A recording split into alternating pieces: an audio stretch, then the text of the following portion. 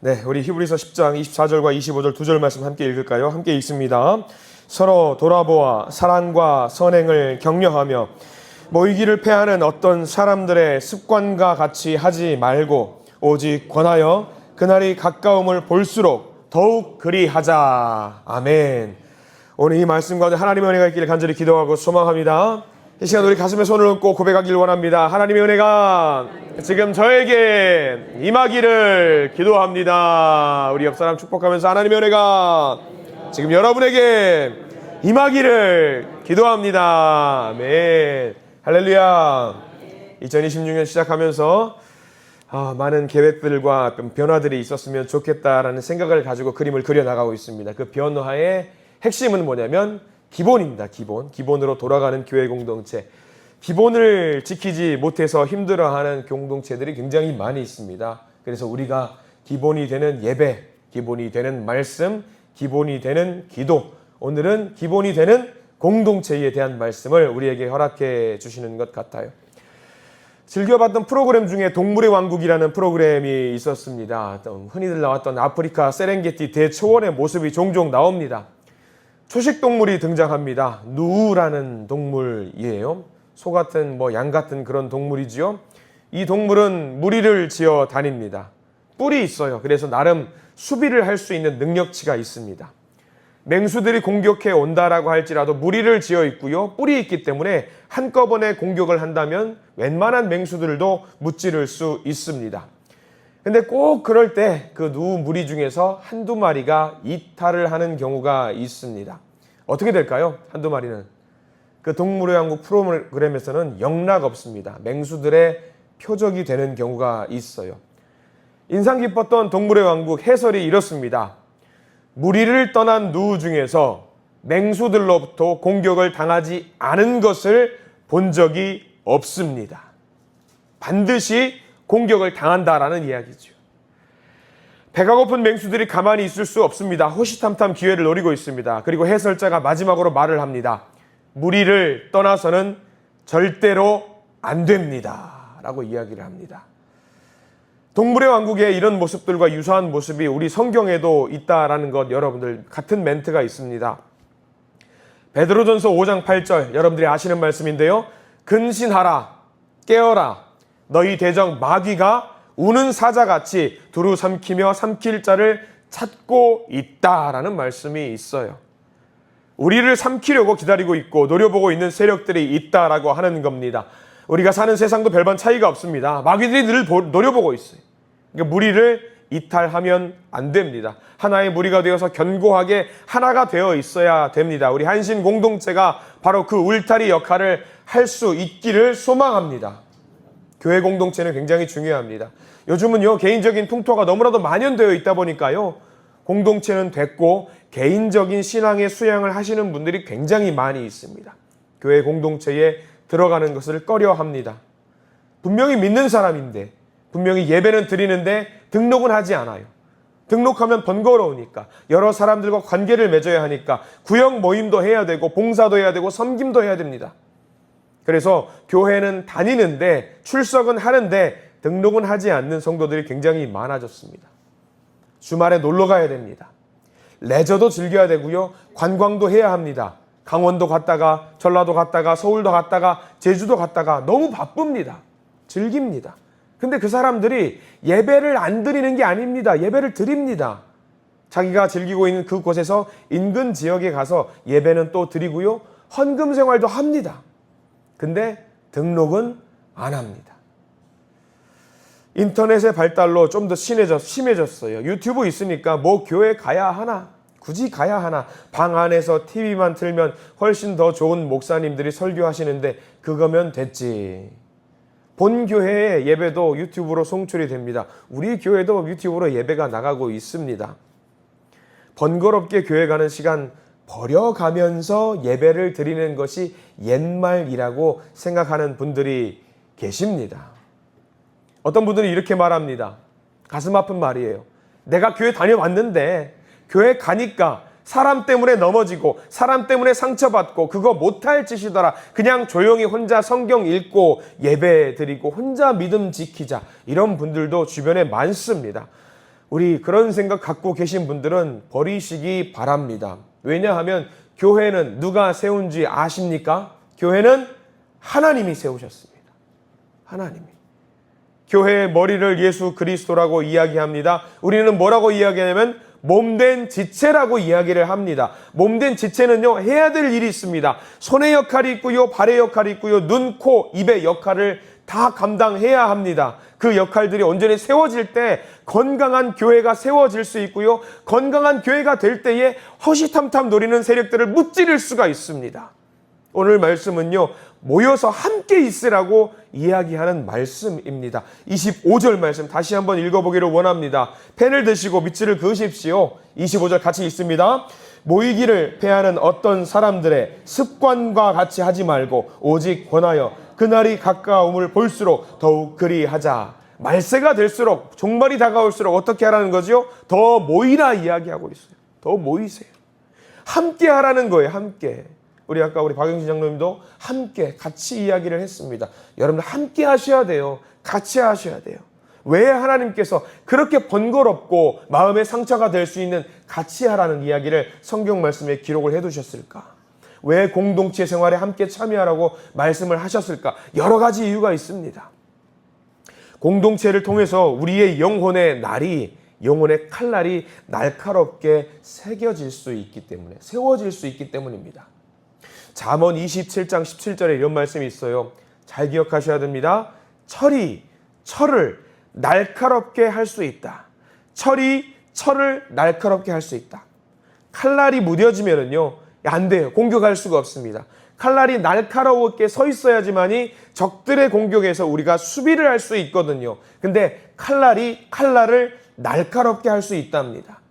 우리가 함께 모여 있을 때에 우리의 칼날이 무뎌져 있다라고 할지라도 이것이 서로 날카롭게 만들 수 있다라고 잠언 말씀에 기록이 되어 있습니다. 우리의 영혼도 강하게 무장을 하기 위해서는 날이 날카롭게 서 있어야 될 거 아니겠습니까?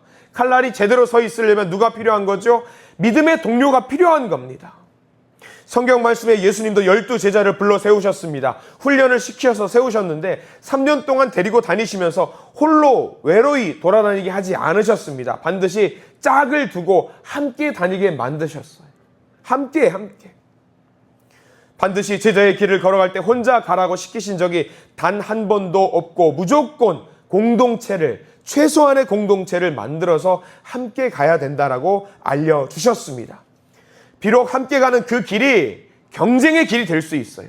시기하는 길이 될 수도 있고요. 질투하는 길이 될 수도 있는데 그럼에도 불구하고 주님께서는 함께 가라고 명령을 하셨습니다. 제자들 보십시오. 서로 지지고 볶고 하다 보니까 그들이 갖고 있던 영혼의 칼날이 바짝 서 있었던 것 아니겠습니까? 제가 처음 전도사 직함을 받고 사역을 했던 교회가 있습니다. 근데 그 교회 사역을 하면서 공교롭게 그런 경험이 있었어요. 동기 전도사님이라고 해야 될까요? 신학교 때 같이 입학을 했던 동기지요. 친구입니다. 친구가 같이 나란히 한 교회에서 전도사 사역을 하게 되었어요. 저는 어린이부, 유치부, 그분은 청년부와 중고등부를 담당하는 전도사의 사역을 담당했습니다. 근데 그 전도사님이 엄청나게 사역을 잘하는 사람이었어요. 제가 보면서 이 친구는 천상 목회자감이다. 저는 그런 말까지 듣지는 못했는데 그분을 보면서 성도님들 다 하나같이 하는 말이 대단하게 사역을 잘하는 전도사님이셨어요. 제가 동기잖아요. 편하게 대할 수는 있는데 어떤 마음이 있을까요? 이게 시기하는 마음도 생겨요. 질투하는 마음도 생깁니다. 안 생길 수가 없어요. 왜? 저 사람은 칭찬받고 나는 칭찬을 못 받으니까. 그럼 저는 무슨 생각을 할까요? 도끼를 바짝 품고 더 사역을 열심히 하기 위해서 노력을 했습니다. 정말 노력했어요. 그러면서 그 동기 전도사님을 통해서 굉장히 많이 자극을 받고 열심히 하려고 노력을 했습니다. 그러면서 지금 제가 만들어진 것 같다는 생각이 들 때가 있습니다. 마찬가지예요. 예수님의 12제자들도 그런 것들이 있었습니다. 이 교회에서는 이 사도가, 이 교회는 이 사도가, 저 공동체에서는 이 사도가, 그러면서 너는 이게 잘한다, 너는 이게 잘한다. 예수님 그런 말씀 안 하셨을까요? 제자들 그런 말씀 안 들었을까요? 들었을 겁니다. 그러면서 스스로 경쟁하고 열심히 하려고 부단히 노력했을 겁니다. 저는 우리 교회가, 우리 한신 공동체가 그런 예수님의 제자들과 같은 모습이 있다라고 생각합니다. 어떤 성도님은 분명히 야고보와 같은 성도, 어떤 성도는 분명히 마태와 같은, 바돌로메와 같은, 베드로와 같은 성도, 요한과 같은 성도 지금 계십니다. 근데 그들이 항상 사이가 좋았을까요? 아니었을 겁니다. 때로는 경쟁했을 것이고요, 시기했을 것입니다. 그러나 그들은 하나가 되어서 한 배의 노를 이끌어가는 아름다운 믿음의 공동체가 되었습니다. 3년 동안 다니면서 제자들 서로 시시비비를 따지고 다툴 때가 있었겠죠. 근데 이 공동체가 하나가 되어서 앞으로 전진할 수 있었던 이유는 딱 하나입니다. 예수님께서 그 중앙을 떡하니 버티고 있으셨기 때문에 그게 가능했습니다. 교회 공동체 그렇습니다. 때로는 불편한 장소입니다. 내가 원하지 않는 사람들과 만날 때가 있습니다. 나와 성향이 다른 사람들과 대화를 하고 교제를 해야 합니다. 정말 싫은데 목사님이 예배 시간마다 시키는 게 있습니다. 정말 싫은데 하나님의 은혜가 지금 당신에게도 임하기를 간절히 기도합니다를 해야 돼요. 아, 마음이 불편한데 저 사람에게는 그걸 안 하고 싶은데, 근데 하셔야 합니다. 왜? 축복할수록 그 축복은 누구에게 돌아오느냐? 나에게 돌아와요. 나에게 돌아와요. 그렇게 해서 서로 다른 사람들이라고 할지라도 뭉쳐 있을 수만 있다라고 한다면은요, 그 칼날이 바짝 세워질 수 있다라고 한다면은요, 우리는 어떤 위협이 다가와도 무찌를 수 있다라는 사실을 명심하시기 바랍니다. 이거 성경의 말씀이에요. 우리의 태도를 바꾸실 필요가 있어요. 나를 힘들게 하는 저 사람을 내가 또 보게 되는구나. 그게 아니라 인정하긴 싫지만 저 사람 어쩌면 하나님이 내게 주신 선물일지 모르겠다. 내가 업그레이드 할 수 있는, 성장할 수 있는 귀한 선물일 수도 있겠다라는 생각을 하면서 믿음의 공동체를 위해서 기도하시는 우리 모두가 되기를 간절히 축원합니다. 한 걸음 한 걸음과 그 사람 바라보지 마세요. 중간에 계시는, 중앙에 계시는 예수 그리스도를 바라보시면서 나에게 마음의 불편함을 주시는 그분에게도 축복할 수 있는 믿음의 성도님들이 되셔야 합니다. 또 하나 우리가 교회 공동체가 꼭 필요한 이유는요, 교회 공동체를 통해야지만이 우리가 날카로운 가시들이 제거될 수 있기 때문입니다. 사랑하는 고슴도치 두 마리 이야기 혹시 들어보신 분이 계실지 모르겠습니다. 서로 너무나도 사랑했습니다. 서로 안아주려고 다가갔는데 다가가는 순간, 안으려고 하는 순간 어떻게 됩니까? 그 가시가 서로를 찌르게 됩니다. 안으려고 하는데 피가 나고 비명을 지르고 그래서 가까이 할 수 없었다라는 이야기입니다. 이 말씀을 듣고 어떤 성도님들은 그렇게 고백을 하십니다. 목사님, 저는 가시가 없습니다. 거짓말입니다. 가시 없는 사람이 세상에 어디 있습니까? 모든 사람에게는요, 상대방을 아프게 하는 가시가 다 있어요. 다가가면 상대방을 찌를 수 있는 가시가 있습니다. 문제는 내가 그 가시가 없다고 생각하며 산다라는 겁니다. 내가 누군가를 찔렀어요. 상대방은 피가 철철 나는데 내가 했다라고 생각을 안 하고 있다라는 거지요. 우리가 가시가 있다라는 것을 인정해야 합니다. 그 가시가 제거되는 방법이 뭐냐? 교회 공동체입니다. 교회 공동체. 교회 공동체 내에서 내가 가시가 있었구나라는 것을 깨닫게 돼요. 목사인 저는 가시가 없을까요? 저도 가시가 있습니다. 언제 이걸 피부적으로 알게 됐느냐? 저는 결혼하면서 알게 됐습니다. 결혼하기 전에는요, 제가 정말 괜찮은 사람이라고 생각을 했어요. 진짜 멋진 사람이라고 생각했어요. 거울 보면서 야, 정말 잘생겼다고 생각을 했습니다. 근데 결혼하고 보니까 이게 다 틀렸더라고요. 아내랑 부딪히는 순간 나는 다 맞았다고 생각을 했던 규칙들이 있어요. 내가 자라온 환경 속에서 내 말이 다 맞았던 거예요. 근데 나중에 알았어요. 저도 틀렸더라고요. 아, 주변 사람들이 나를 용납해주고 참았다라는 사실을 알게 됐습니다. 아, 내가 틀렸을 수도 있겠구나. 아, 틀렸을 수도 있겠다가 아니라 내가 틀렸구나. 내가 누군가를 찌르는 순간 알게 되었어요. 내가 누군가를 찔러가면서 상대방으로 하여금 피를 흘리게 만드는 순간, 아, 내 몸속에도 가시가 있다는 것을 알게 되었습니다. 그리고 어떻게 되는 줄 아세요? 그 가시를 하나씩 떼요. 내 가시 떼면은요, 상대방은 안 아프겠죠. 누가 아픈 줄 알아요? 내가 아파요. 뜯어내야 되니까 얼마나 아파요. 집에서 가끔 그 밴드를 붙이잖아요. 상처가 조금 나가지고 허벅지에 밴드라도 붙이는데 붙이는 건 괜찮아요. 떼면 어때요?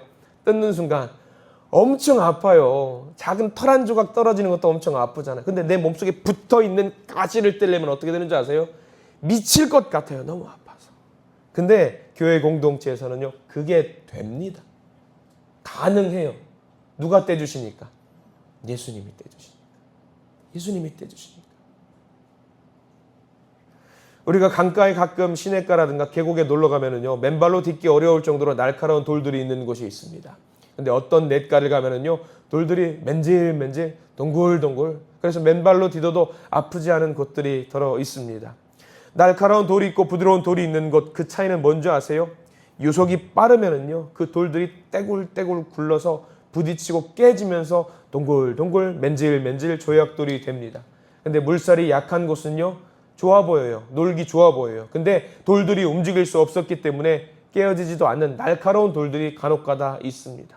마찬가지입니다.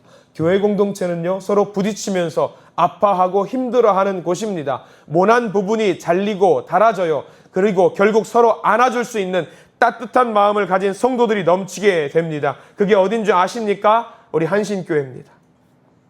저는 한신교회라고 믿습니다. 그래서 내 안에 가시가 있다라는 것을 깨닫고 그 가시를 빼내서 버리시고 믿음의 동역자를 따뜻하게 안아주시는 믿음의 성도님들 되시기를 축원합니다. 2026년엔 더욱더 그렇게 하시기를 축원합니다.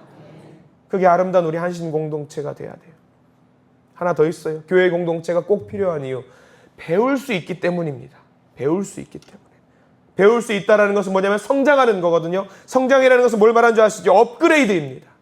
야, 저 권사님은 참 성품이 좋으시다. 저분 기도를 정말 잘하신다. 저분 성도를 참 잘 돌보신다. 나도 절이 되었으면 좋겠다. 우리 교회는 믿음의 후배들에게 귀한 롤 모델이 되어주시는 분들이 분명히 계십니다. 교회는 그런 롤 모델을 만날 수 있는 공간입니다. 어린아이들이 유치원에 가기 전에, 어린이집 가기 전에 아주 어렸을 때는요, 자기가 원하는 게 있으면 엄마 아빠에게 달라고 요청하면은요, 바로바로 다 얻을 수 있습니다. 사랑만 받습니다. 근데 그게 깨지는 순간이 다가와요. 언제 깨지는 줄 아시죠? 키워보신 분들은 아실 겁니다. 어린이집 가면 그게 깨져요. 완전히 와르르 무너져요. 선생님 적어주세요. 안 돼. 못해. 울어요. 깨지죠. 엄마, 선생님이 안 해주신대.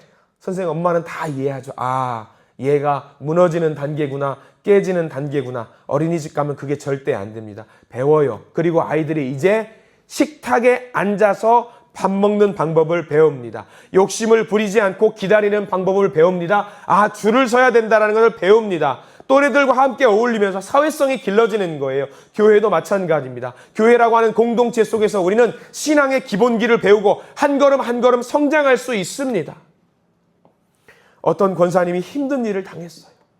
눈물 나는 일을 당했어요. 아무리 봐도 아, 저거 무너지겠구나, 쓰러지겠구나. 근데 그 권사님이 안 무너져요. 쓰러지지 않아요. 오히려 감사하면서 버팁니다. 기도하면서 버팁니다. 믿음의 후배들은 그 모습을 보고 야, 저 권사님 어떻게 이겨내시지? 어떻게 저렇게 성장하시지? 나도 저렇게 되어봐야 되겠다. 배우는 겁니다.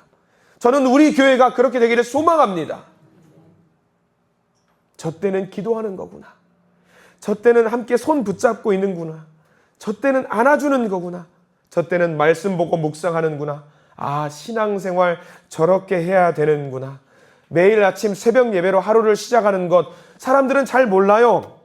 새벽기도 목사님들의 숙제 중에 하나가 뭔지 아세요? 새벽 예배 때 늘 그분들이 오신다는 겁니다. 지겹다는 게 아니에요. 반가워요. 근데 가끔은 기도해요. 아, 새로운 분이 앉아서 이 새벽 예배가 더욱더 사람이 많아지면 좋겠다.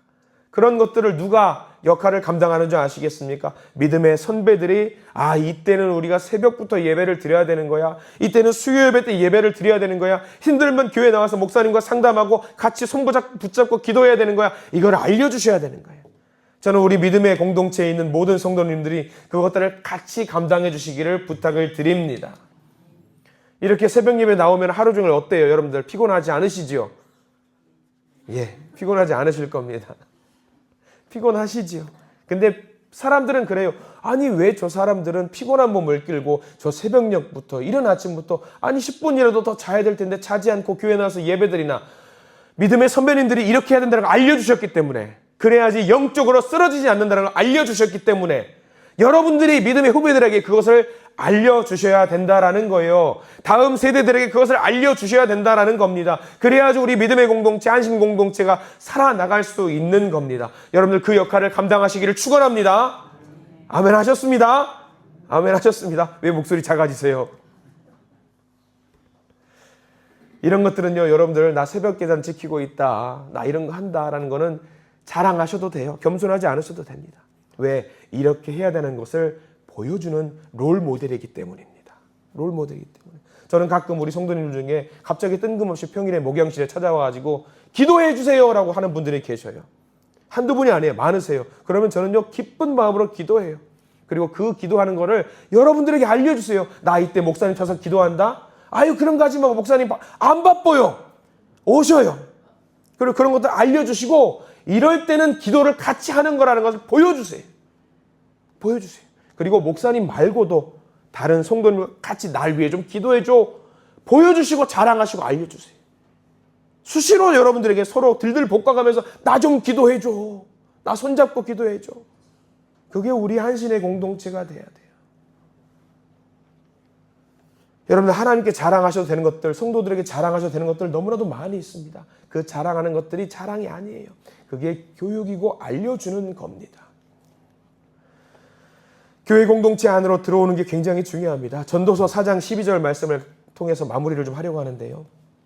여러분들이 아시는 말씀이에요. 저희 카톡으로 다 알려드릴 겁니다. 전도서 4장 12절, 한 사람이면 패하겠거니와 두 사람이면 맞설 수 있나니 세 겹줄은 쉽게 끊어지지 아니하느니라. 이 말씀 어떤 말로 여러분들 이해하고 계세요? 우리가 함께 뭉쳐야 된다는 말로 이해하고 계시죠? 그 말도 맞을 겁니다. 근데 한 목사님이 묵상하는 거를 제가 보면서 이렇게 주석을 하는 걸 보면서 이게 정답이다라는 것이 있었어요. 뭐냐면 3겹줄, 3겹줄이죠. 3겹줄 중에 3가닥이 있을 거 아니에요. 한 가닥은 누구 걸까요? 나죠. 두 번째 가닥은 누구 건 줄 아세요? 너예요. 세 번째 가닥은 누구 건 줄 아세요? 예수님입니다. 3겹줄은 이걸 말하는 거라고 하더라고요. 나와 너와 그 중앙에 있는 예수님, 이게 3겹줄이라고 하는 거죠. 이 3겹줄이라는 걸, 예수님이 중앙에 있다는 걸 생각하면은요, 그 공동체는요 절대로 무너지지 않습니다. 교회에서 가장 싫어하는 문화가 뭔지 아세요? 끼리끼리 문화라고요. 끼리끼리. 저는 근데 끼리끼리 문화를 하시라고 권면합니다.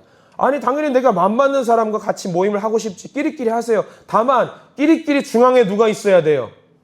예수님이 계시면 돼요. 그럼 그 끼리끼리 문화가 누구든지 들어올 수 있게 됩니다. 끼리끼리 하세요. 다만 그 중앙에는요 열어두세요. 예수님이 들어오셔서 자리하실 수 있게. 그렇게 하면은요 이 3겹줄이 절대로 끊어지지 않았습니다.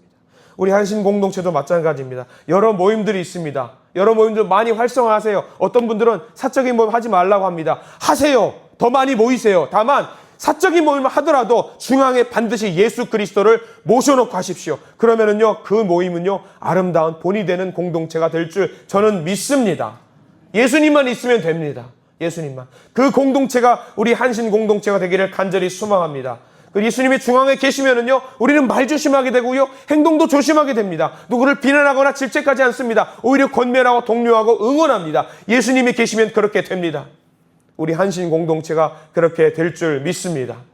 2026년 여호와께 돌아가자. 예배와 말씀과 기도, 오늘은 공동체입니다. 가장 아름답고 가장 힘있고 가장 능력있고 자랑할 만한 아름다운 공동체가 우리 한신 공동체가 될 줄 믿습니다.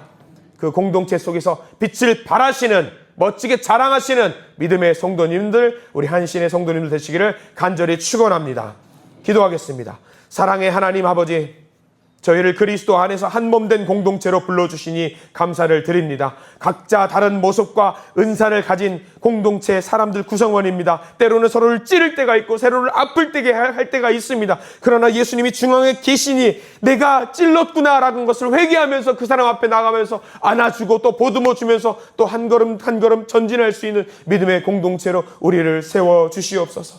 여러 가지 은혜와 은사, 말하는 자는 덕을 세우는 말을 하게 하시고 듣는 자는 사랑으로 품는 귀를 허락하여 주시고 각자에게 맡기신 은사와 비교와 경쟁의 이유가 아니라 섬김과 연합의 도구가 될 수 있도록 저희들을 인도해 주시옵소서.